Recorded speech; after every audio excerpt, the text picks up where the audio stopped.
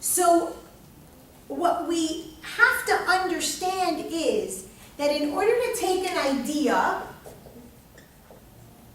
and make it, let's say, a money maker, a business, anything, we need to create it. How do we create?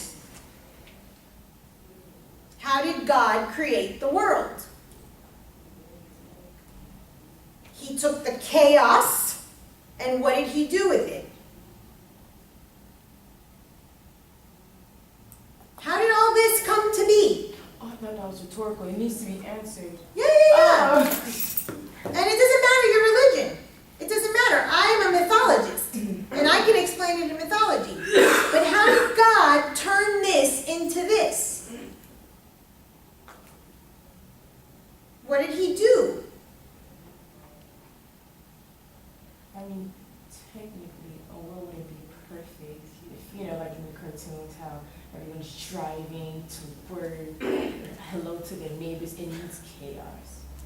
Okay, but that's not my question. My question is, what did God, this entity, this all-knowing being, whatever you believe in, what did he do to create the world? Didn't he have to make something? The question is what? We know what. It's in the Bible. What did he make? Thank you. We just answered it a minute ago. Gerson said it. What did God do those first 7 days? He made the ocean. He made the moon. He made the sky. He made the animals. He made something that you could touch. If not, it would still be an idea. The world would just be an idea that God had if he didn't put a body to it, if he didn't put structure to it. Right? Same thing goes for you. Same thing goes for your client. You can have an idea to invent something. I said before that my mother had the idea of inventing the pantyhose that come up to here. And then when they came out, she's like, I invented that. Well, no, you had a thought, but you didn't invent it. Why didn't she invent it? Because she never gave it form. If God would say, I want to invent this world where these people can hang out all day, and I want to invent Starbucks, and I want to invent the moon, and I want to invent these little critters, and he just sat there all day saying, would the world be created? No, He had to physically give it form. And the form is the moon, and the form is the ocean, and the form is the human body. So in order to take a thought and create something, you need to give it form. Thought is, and you didn't hear this a moment ago, but I said, if you had a baby, and the nurse brought you the baby without a body, and said, here's your baby, exactly that face, you'd be, what the hell, where's my kid? She's handing you air. No, this is your baby. This is the idea of the baby that you had 9 months ago. You'd be, what the hell, send me home. You want what? You want a body, you want to touch it, you want a physical form. Yeah. So 9 months, you conceive something, and after 9 months, it turns into an actual body, into the form. That is what we have to strive for. We have to strive for the form of something, not just the thought or the idea. And your client is going to come with these ideas, but not put them into practice. Part of our job is to help them put them into practice so that their life changes, right? That's why I said, show up. If you don't show up, you're just twiddling your thumbs and you're not doing anything with your life. In order for something to happen, in order for chaos to have structure, chaos is the idea, Structure is the form. You have to do something. There has to be a behavior. There has to be a creation. What chakra is the creation chakra? That dance. What chakra is what chakra is that? The second chakra. First chakra is your root chakra, your legs. Your second chakra is your sex center. It's orange, hence why I'm wearing orange. Third chakra, your solar plexus. Your fourth chakra, your heart. Your fifth chakra, your throat. Your sixth chakra, your third eye. And your seventh chakra, your crown. The second chakra is the chakra of creation. Every single thing that is created comes from the second chakra. What happens when we have a baby? Where does the baby come out? From our vagina, which is the second chakra. Anything you want to create, anything you want to create requires sexual energy, or the notion of sexual energy. The second chakra, which is then going to give form to whatever it is that you want to create. If you birth something, whether it's a book, whether it's a painting, whether it's a child, whether it's a university, you must start with an idea and you must give it form. And form is always limited. And people don't like limitations. People don't like rules. People don't like structure. So like my client, when clients come with chaos, oftentimes what they're doing is they're rebelling against the rules. They're rebelling against the structure. And what they're having a problem with is my mother's forcing me to do this. My spouse is forcing me to do that. My body is forcing me to do this. Feel a certain way, have a certain illness. So what people are trying to do by creating chaos in their lives is to rebel against the structure. But you cannot rebel against structure. Because if not, the world would cease to exist. God would just be thinking about the moon and thinking about the skies and thinking about the oceans. So we have an inherent fight. Every single human being has an inherent fight with chaos and with structure. Do I want the idea to turn into a multi-million-dollar idea and pay out? Yes. How many of you want to have an idea that turns into a multi-million-dollar idea? Every one of you. Right? You want to create, you want to take that idea and you want to make it something. But guess what? You make a business, don't you have to pay people? Don't you have to hire people? Don't you have to file taxes? Don't you have to perhaps have an agency that oversees the rules? Don't you have to have an employee handbook? Don't you have to have all these rules and regulations? Don't you have to have a physical building? Limit, limit, limit, limit, limit. The handbook is a limitation. The people that you hire are limitations because no one's perfect. The money that you have to pay out is limited. So we want to take our ideas and we want to make them into something, but yet we want to fight against the rules and the structure that are the exact thing that's going to make this happen. Are you guys understanding this? The importance of chaos or God or this baby without a body versus having the form. The form is limited. Anything on the earth is limited. So we're fighting with our limitations. And every human being, every single one of your clients is going to have limitations. So what do we have to help clients understand about their limitations?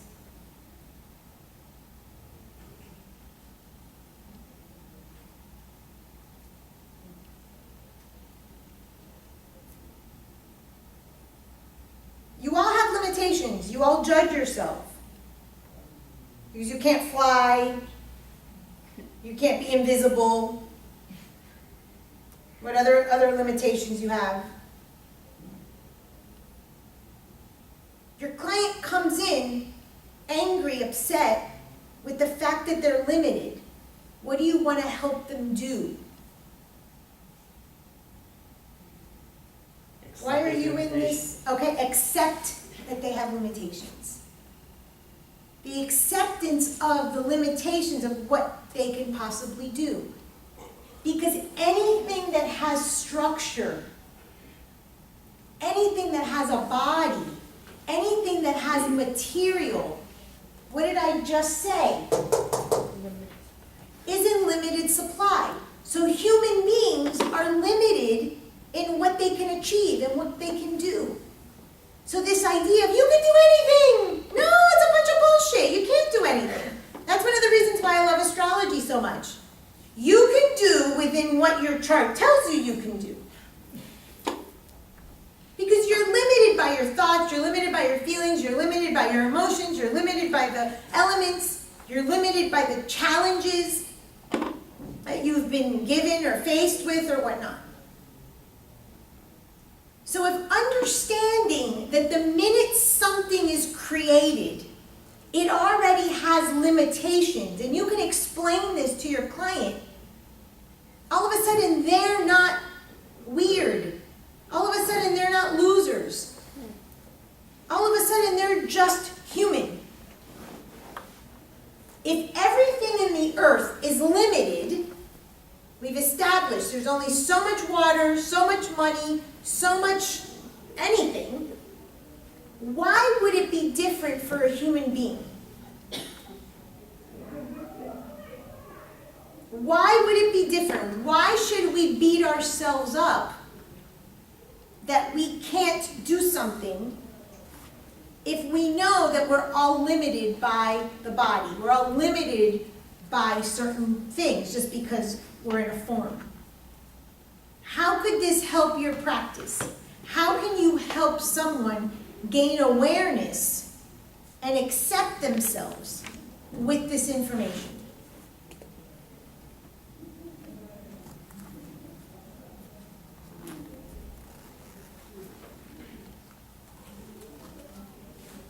How many of you here feel limited? So if someone comes to you and tells you they feel limited, what are you going to tell them? It's okay to feel limited.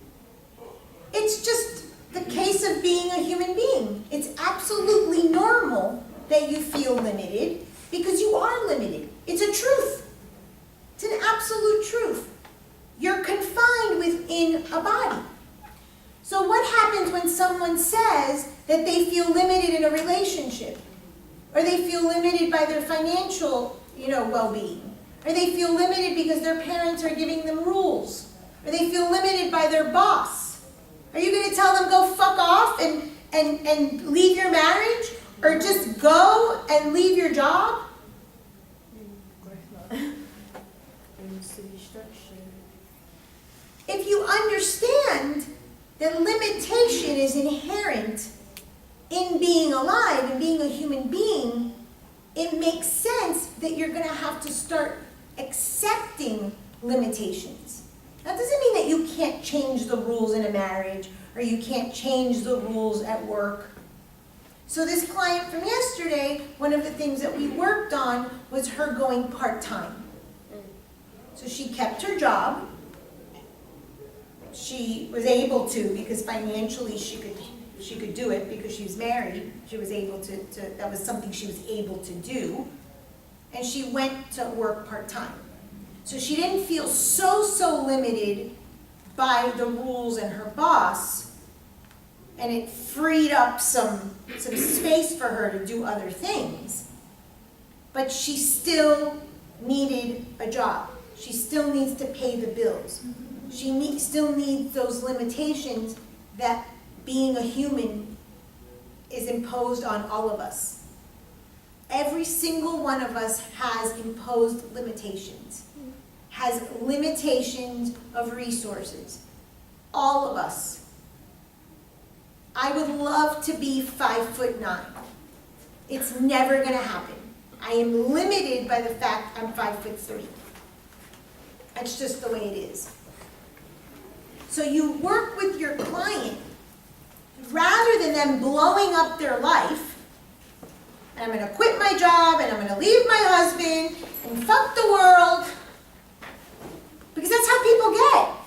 They say, I don't like to be limited. I want to do whatever the fuck I want. Who wants to do whatever the fuck they want? Raise your hand. Everybody. But none of us get to. By the mere fact that we have a body. The moment the baby is given to the mother, hopefully a body and not just a blob, right? We've established that. We want the 10 fingers and the 10 toes. That baby, that being is limited. Every single one of us is limited, but we don't like to accept that. So your clients will fuck up their lives in order to try to say, no one limits me, I'm in charge, I'm God. Bullshit. And when you see self-destructive behavior, when you see chaos in someone's life, what I want you to think is that person is rebelling against the fact that they have limits, that they have structure, that they have a body. So it's a form of self-hatred. It's a form of, I want to get out of this form. I want to be God and do whatever the fuck I want. Narcissism 101. Narcissists think that they can do whatever the fuck they want. Nobody, you can't. There are rules.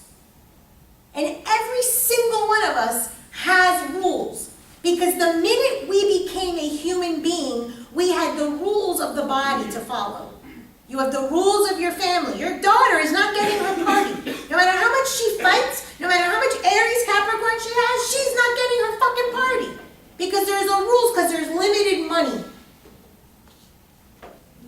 So clients will blow up their life, destroy their life, fuck up everything in their life in an attempt, psychologically, in an attempt to say, I don't need a body, I don't need rules, I don't need limits. So what are they creating?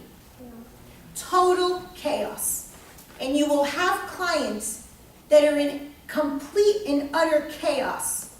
And our job is help them find some structure. And you will have other clients that have so much structure, and I have those, that they can't do anything if it's not by the book, and our job is to give them a little bit of chaos in their life. Open up their mind. So by the end of the session, this woman was like, oh wow, every time I feel structured, every time I feel restricted, every time there's rules and limitations, I get sick. She creates the illness because then when she's sick, she doesn't have to go to work. She can lie in her bed.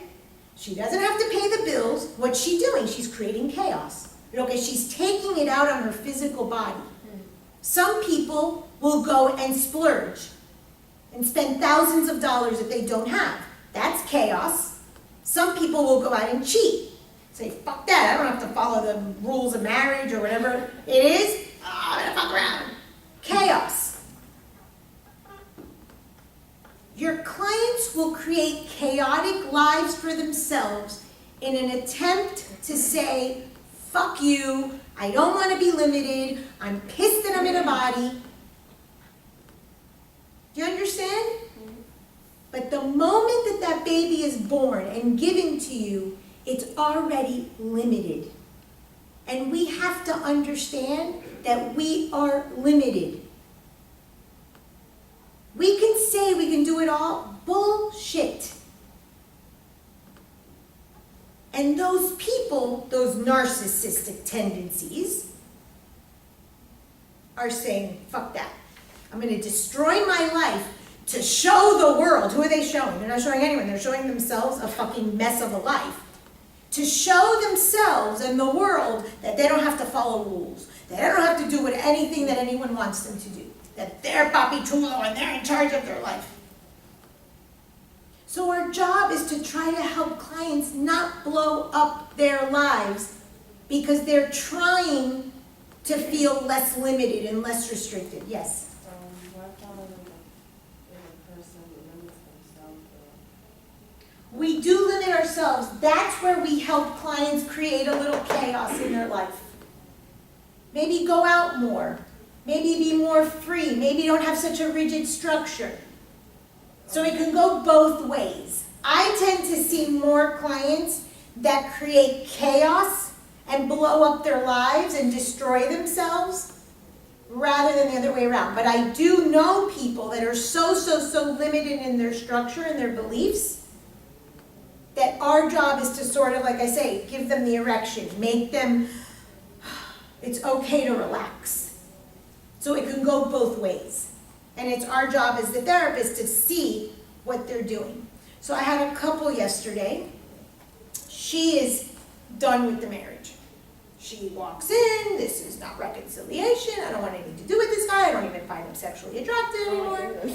Okay, they're together 14 years, very typical. Most marriages, just FYI, every 7 years sort of have to renegotiate the rules. If you're going to be with someone long term, you renegotiate the terms of the contract, just like you would with your salary, just like you would in a business arrangement. Marriage is a business arrangement. We treat it as such, with rules. And she wants him to give her more money than what they decided on in the court.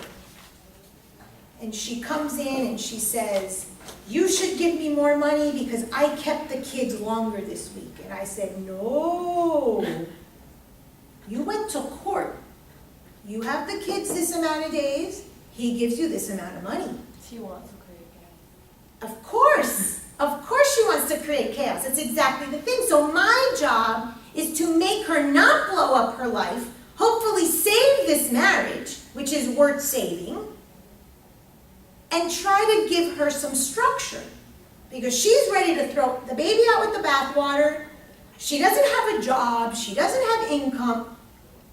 And now you want to throw out the guy? Because you grow the fuck up is what you want to tell your client, but you can't do that. So you have to be, empathic. So she's like, no, we're not reconciling, but you should be generous, she says. You should be nicer to me. And when I decide to take the kids an extra few days, you should give me more money. And I said, absolutely not. You have a court-defined paper that says X days, this amount. And this woman, her brain just exploded. Like she could not she was like, oh. I said, why do you think we go to the court? We go to the court to establish structure of what is going to happen moving forward financially. Finance is a form, money is a form, it's limited, and your children have a form, so that's limited. Anything that has a form, anything that is on earth is limited. So therefore, we need contracts and negotiations to organize the chaos. And I said, absolutely not. I said, if you choose to take the kids extra time, that's because you feel like it. But that does not mean that now he has to give you more money. And so she starts to realize, oh shit, this isn't maybe a good idea for me to get divorced. Maybe I need to rethink this. And by the end, and I don't know, it was their first session, they've signed up for 10, we'll see what happens. By the end of the session, I at least had them on the same team, where they realized that they were a unit, if nothing else, because of the kids. Hopefully the marriage can get fixed, but she's ready to blow up her life. She doesn't have a job, she doesn't have money, she has nothing. She is ready to take the structure, which is having a marriage, vows, rules, structure, limitation, and say, fuck it all. I'm going to create the chaos in my life. My job is to help her realize that she's going to be homeless and broke if she doesn't have some structure in her life. Right now, the only structure is this guy. He's not a bad guy. They don't have a bad marriage. At the end, if they decide not to save it, that's up to them. You are not God. But my job is at least to make her see, don't blow up your life, but we can renegotiate. We can make the rules a little different. And that's hopefully what we will work on as a team. That they can walk away with new rules to their relationship. And when you have an individual client, you want them to have new rules for their life, but not throw everything to shit because they want to act like they don't have to answer to anyone. That is fucked up, but that is what people do. You do not know how many clients I have that want to throw away their relationship, that want to leave their job, and they want, whoa, whoa, whoa, whoa. One thing at a time. Even God took 7 days, right, to create the whole world. Let's take this slowly. It's the same way you rebuild someone. You don't rebuild someone up from one day to the next. Change this, this, this, this. No, you make a priority list. You work with your client on what's most important.